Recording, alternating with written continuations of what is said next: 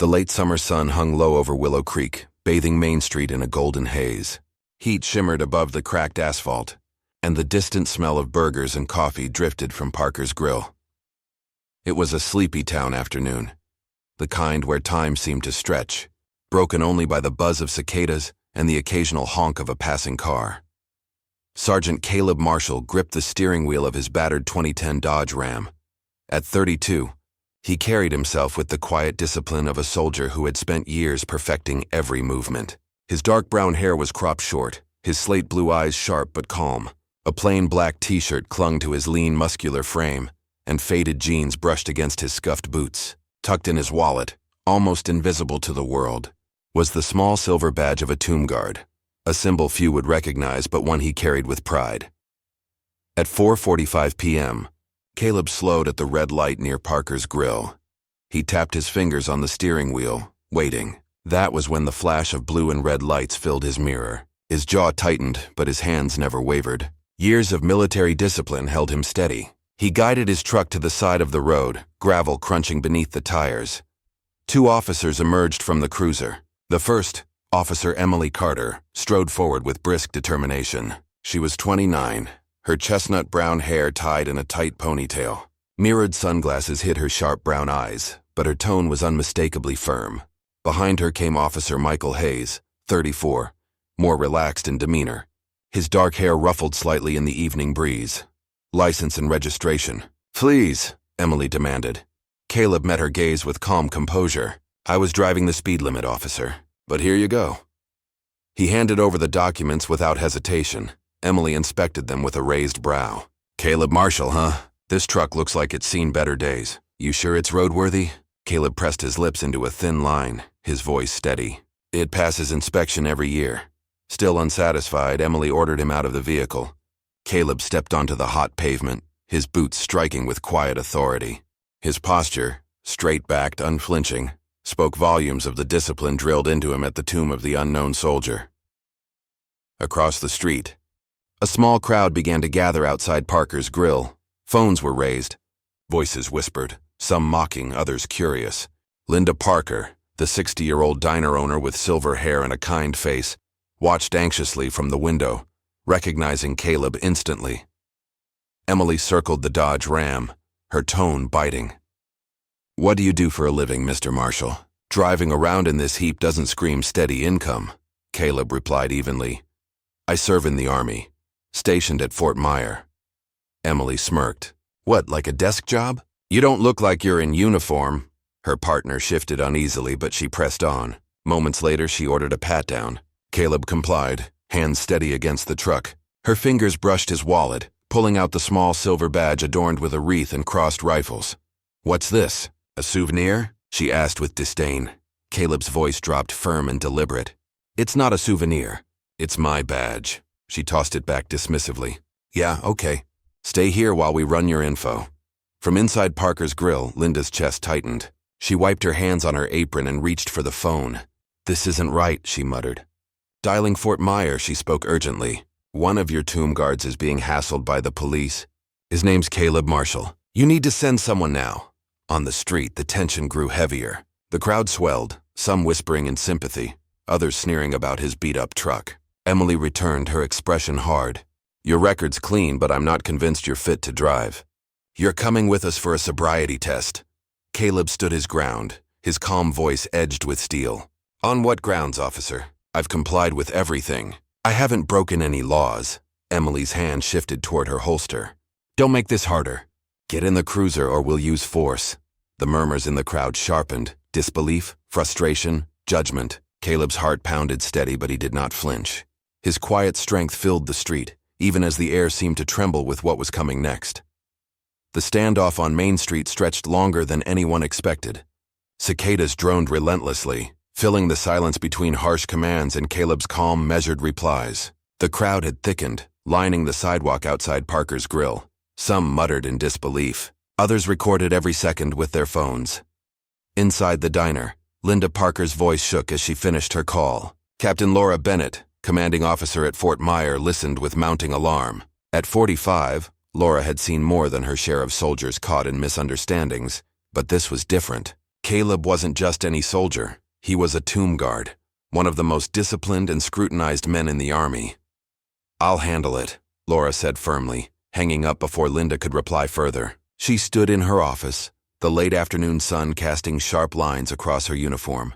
Her blonde hair, tied neatly at the nape of her neck, glinted under the harsh fluorescent light. Her steel-gray eyes hardened. No one outside Fort Myer truly understood what it meant to bear that badge Caleb carried. To see him disrespected on a small-town street was intolerable. Back in Willow Creek, Caleb stood unyielding as Officer Emily Carter circled him again. Sweat dotted her temple beneath the August sun, but her voice remained sharp. "You're obstructing a lawful order, Mr. Marshall. Last chance. Get in the cruiser." Caleb's gaze didn't waver. "With respect, officer. I've obeyed every command. I haven't obstructed anything." Michael Hayes shifted uneasily. "Emily, maybe we should—" She cut him off. "No, he's hiding something." The crowd stirred, whispers carrying like wind. One young man muttered, "He's military, leave him alone." Another scoffed, "Yeah, right. Look at his truck." Guys bluffing. Phones rose higher, lenses aimed like weapons. Caleb ignored them all, his focus on the officers before him. Then, the shrill crackle of a police radio broke the tension. Dispatch relayed a message sharp enough to slice the heavy air. "Units on Main Street, stand by. Fort Myer Command is on the line regarding Sergeant Caleb Marshall." "Do not detain." Emily froze, her jaw clenched, anger flashing across her face. She grabbed the radio from her belt. "Say again, dispatch?" The reply came crisp and unwavering. "Do not detain Sergeant Caleb Marshall. Fort Myer confirms his credentials. Captain Laura Bennett requests immediate release." Gasps rippled through the crowd. Michael's shoulders relaxed with visible relief, but Emily's face darkened. She lowered the radio slowly, glaring at Caleb as though the message itself were a personal insult. Caleb's expression softened only slightly. He didn't smirk or gloat. His posture remained the same, straight, respectful, unyielding. Years of guarding the tomb had taught him to withstand scrutiny without faltering, no matter how unfair. Across the street, Linda Parker stepped outside her diner, wiping her hands nervously on her apron. The townspeople's murmurs swelled, shifting now into admiration, confusion, even shame. The man they doubted was suddenly vindicated before their eyes. Emily shoved the license and registration back at him, her voice clipped. "You're free to go." Michael hesitated, his voice low. "Sir, sorry for the inconvenience." Caleb accepted his documents without comment. He only inclined his head in acknowledgement, then turned back toward his truck. The crowd's cameras followed his every move, but he never glanced their way. He slid into the driver's seat, his face unreadable, the quiet dignity of his station intact. As the Dodge Ram rumbled back onto Main Street, whispers and phones buzzed behind him. The incident wasn't over. Videos would spread, opinions would ignite. But for Caleb, the battle wasn't for reputation. It was for the principle of standing firm in the face of disrespect. At Fort Myer, Captain Bennett watched the first shaky clips appear online. Her jaw set like stone. "So be it," she murmured. "If the world wants to test one of my tomb guards, then they'll learn what it means to stand unshaken." The sun dipped lower over Willow Creek, shadows stretching long across the pavement where the confrontation had played out. For Caleb, the test was over, but the consequences were just beginning. By morning, Willow Creek was no longer the quiet town it had been. Overnight, shaky phone videos of the confrontation had spread across social media. Clips of Caleb standing firm while Officer Emily Carter barked orders had racked up thousands of views. The footage of Emily tossing aside his tomb guard badge ignited outrage in some corners and ridicule in others. At Parker's Grill, the atmosphere buzzed with conversation. The usual clinking of coffee cups was drowned by whispers. Linda Parker moved between tables, her apron still dusted with flour, trying to keep her customers calm. She overheard fragments of talk at nearly every booth. "He's a hero. Guarding the tomb isn't something just anyone can do." "Hero? He looked like a guy hiding behind a rusty old truck." "Did you see her face when dispatch called?" "Priceless." Linda sighed. She had known Caleb since he was a boy. Quiet, respectful, always the first to help an elderly neighbor shovel snow or carry groceries. To see him mocked now cut deeply. Across town, Caleb sat at his kitchen table, his battered truck parked outside the small rented house. Sunlight filtered through thin curtains, illuminating his neat but sparse living room. His boots were aligned by the door, his uniform pressed in the closet. He sipped black coffee slowly, his phone buzzing with messages he ignored. He had learned long ago that silence was stronger than defending himself against every stranger's opinion, but not everyone stayed silent. On television, a panel debated the incident. A retired Army officer shook his head gravely. "What disturbs me most is not the stop itself, but the lack of respect shown to a tomb guard. That badge represents discipline few can imagine," a civilian commentator scoffed. "Come on. He drives a broken-down truck and lives in a rented shack. Doesn't exactly scream discipline and honor." The split mirrored Willow Creek itself. Half the town saw Caleb as a man of dignity unjustly harassed. The other half dismissed him as a pretender. Meanwhile, Officer Emily Carter scrolled furiously through her phone in the police station locker room. Every headline seemed to carry her name. "Officer confronts tomb guard. Disrespect or duty?" Her jaw tightened. She threw the phone into her locker and slammed it shut. Michael Hayes, tying his boots nearby, glanced at her carefully. "You pushed too hard, Emily," he said quietly.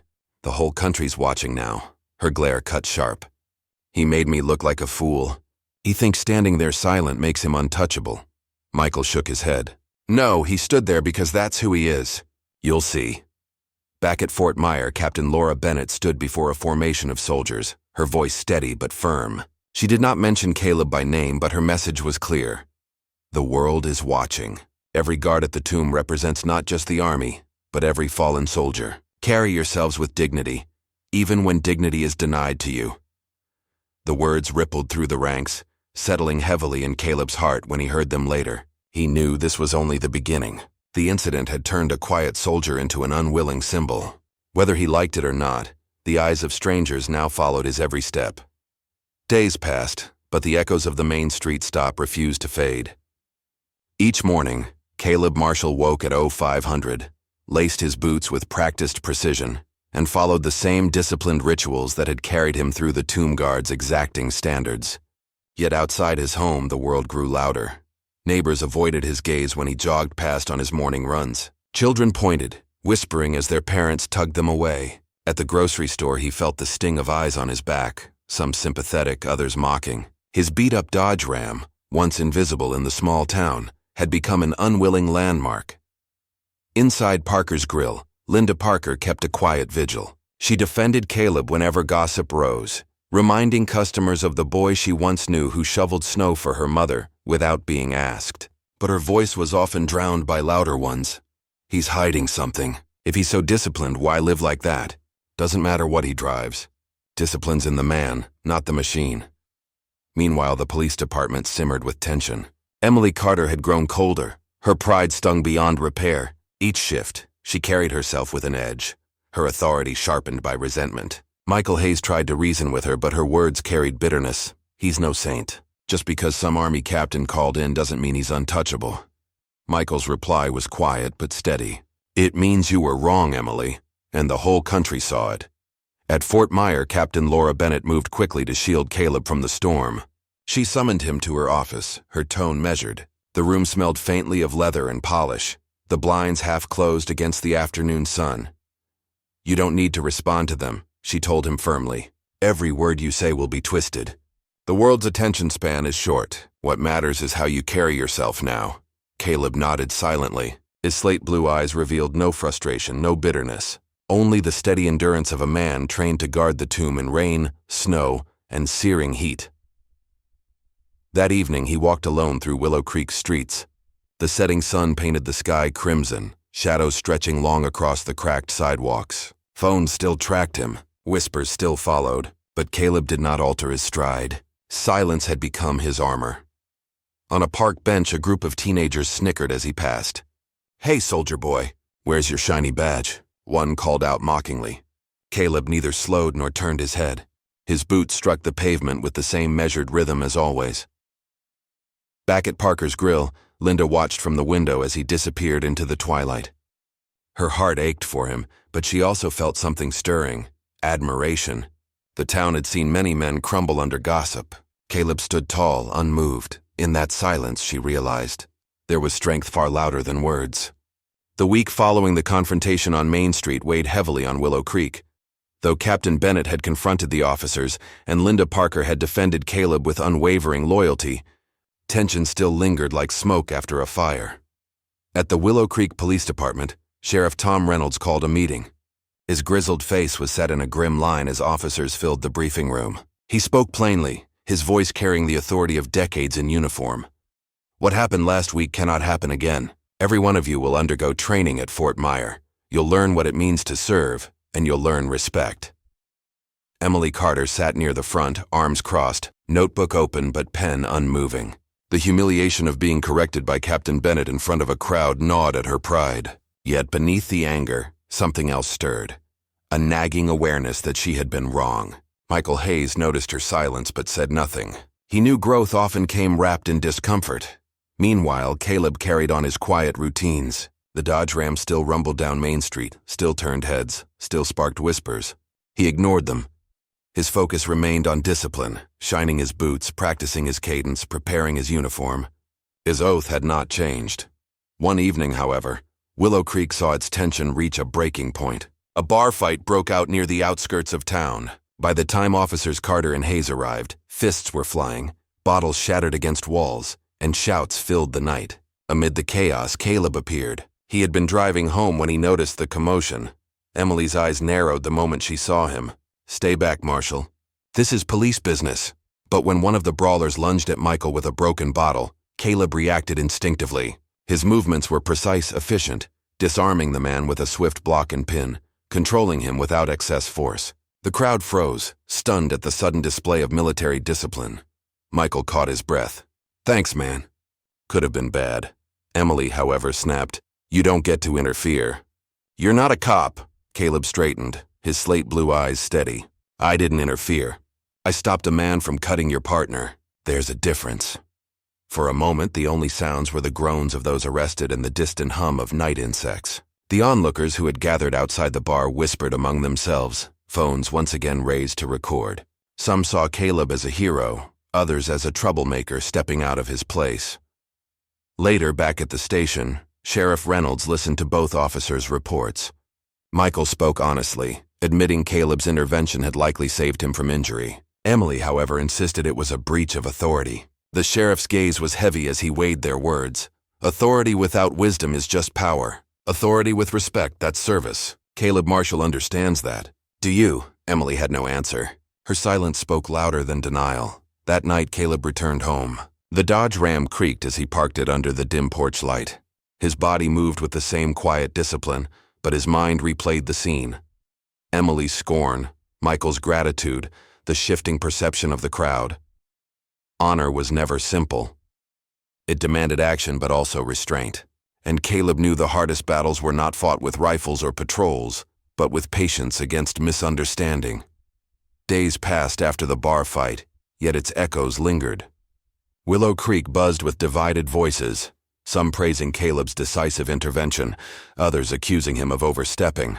The town, once sleepy and quiet, found itself at the center of a debate about duty, authority, and respect. Emily Carter felt the weight of the whispers more than anyone. At the diner, customers glanced at her with veiled judgment. At the station, colleagues gave her space, sensing the storm brewing within. Pride and doubt wrestled inside her, leaving her sharper, colder, less willing to bend. Michael Hayes, in contrast, found himself quietly defending Caleb when the topic arose. He had felt the blades glint in the bar fight, had seen the precision of Caleb's movements. To Michael, Caleb was no rival. He was a reminder of why service mattered. Sheriff Reynolds, tired of the tension, called another meeting. This time he brought in Captain Laura Bennett. She stood at the front of the room, military uniform immaculate, golden hair tied back, eyes piercing. The officers shifted uneasily under her gaze. "Respect is not optional," she began, her voice sharp yet calm. "It is the foundation of service. Sergeant Marshall understands this. You will too." Her words cut through the room like steel. Some nodded reluctantly. Others, like Emily, clenched their jaws. Later that evening, Caleb found himself driving through the outskirts, the Dodge Ram humming steadily beneath him. He noticed a lone figure on the roadside. Emily, standing by her cruiser, arms folded, watching the horizon. Against his better judgment, he stopped. The air was cool, cicadas humming in the distance. Emily didn't look at him at first. "You think you're better than us?" she said quietly. Caleb leaned on his truck, his posture calm. "No, I think service isn't about who's better. It's about who you serve." The silence stretched. For the first time, Emily's anger cracked, revealing something deeper: uncertainty. She exhaled, voice softer. "Then why does it feel like you're always reminding me what I'm not?" Caleb studied her, his slate blue eyes steady. "Because you haven't decided yet who you want to be." Before Emily could answer, the distant rumble of engines grew louder. Military vehicles, headlights slicing the night, approached from the highway. Captain Bennett's convoy rolled into town, soldiers disciplined, precise. The message was clear. This was no longer a small-town matter. The convoy parked near the square. Soldiers disembarked, their boots striking pavement in unison.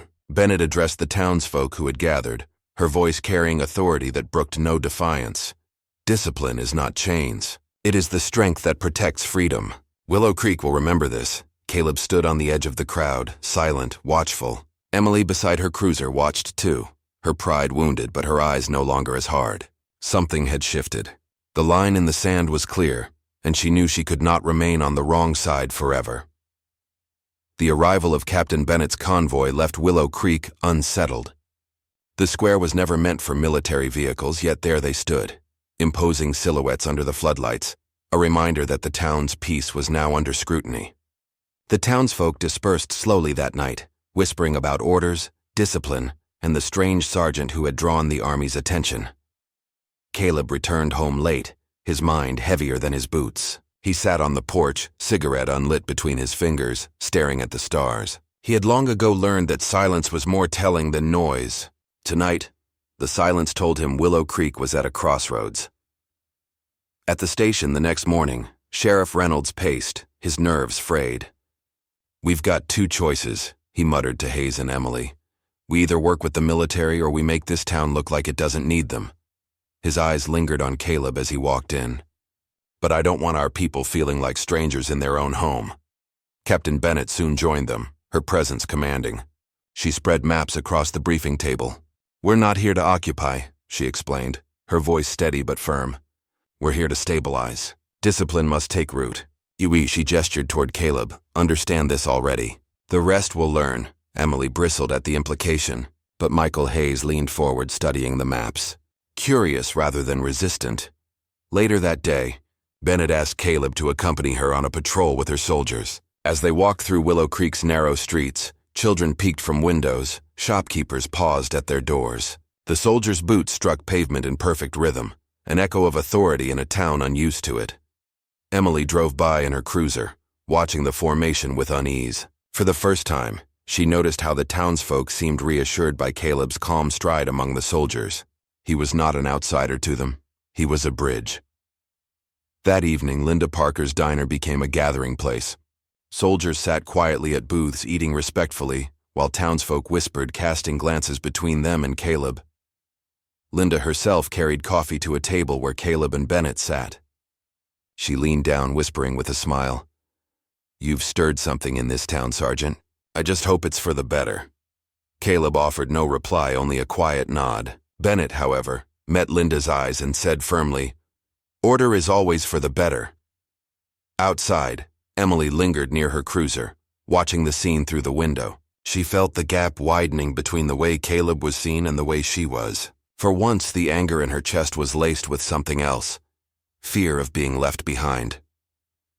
As night fell, the convoy prepared for another patrol. Engines roared to life, headlights sweeping across the square. Townsfolk gathered again, some with cautious hope, others with resentment.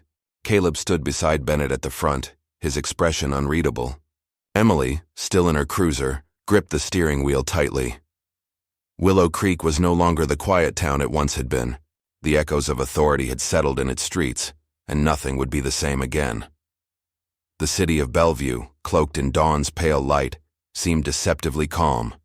The military convoy had extended its reach from Willow Creek, moving closer to the urban core where whispers of corruption ran deep. Captain Bennett led the operation, but it was Caleb Marshall who sensed the weight of what they were about to uncover. Documents seized from the warehouse pointed to something far larger than bar fights and small-town disputes. Hidden networks stretched across merchants, law enforcement, and even city council members. Every decision now carried the risk of igniting political chaos. Inside a dimly lit command room, Bennett spread files across the table. "This is no longer about Willow Creek," she said, her tone clipped. "This is about rot at the heart of Belleview." Her eyes flicked to Caleb. "And it seems you've dragged it into the light." Emily Carter sat across the table, stiff-backed, jaw tight. She had requested to join the operation, determined to prove she was more than a resentful officer. Hayes sat beside her, quieter, but his steady gaze revealed trust in Caleb's judgment. As dusk fell, the team moved. Military trucks rumbled through Belleview's narrow alleys, headlights bouncing off brick walls. Caleb rode in the lead vehicle, silent, his eyes scanning shadows. He felt the tension not as fear, but as inevitability. At a rundown warehouse on the city's edge, the convoy stopped. Soldiers fanned out, boots crunching on gravel. The air smelled of rust and oil. Caleb led the entry with Bennett at his side. Emily and Hayes followed, weapons ready. Inside, the warehouse was alive with movement. Armed men scrambling, papers burning, crates shoved into trucks. Chaos exploded. Gunfire cracked, echoing through the steel rafters. Soldiers advanced in disciplined bursts, returning fire with precision.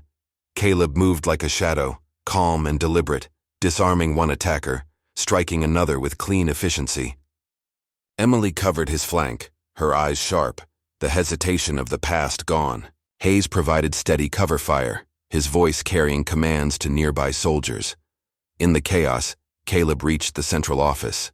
Inside, a man in a suit, Councilman Robert Haynes, was frantically feeding documents into a shredder. Caleb's hand shot out, slamming the machine to a halt. Their eyes locked, Haynes pale, sweating, Caleb steady, unflinching.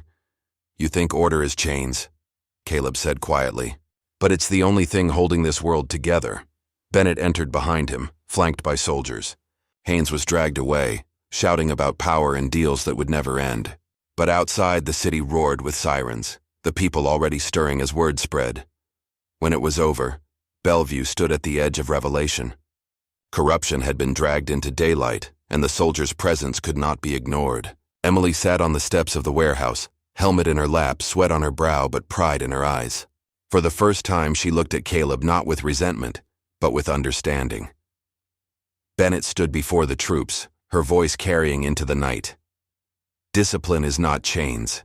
It is freedom earned," the soldiers answered with a unified shout. Caleb said nothing. He only lit the cigarette he had carried since Willow Creek and watched the smoke curl into the night sky. He knew this was not the end, only the beginning, but for the first time in a long while, he felt the faintest flicker of hope.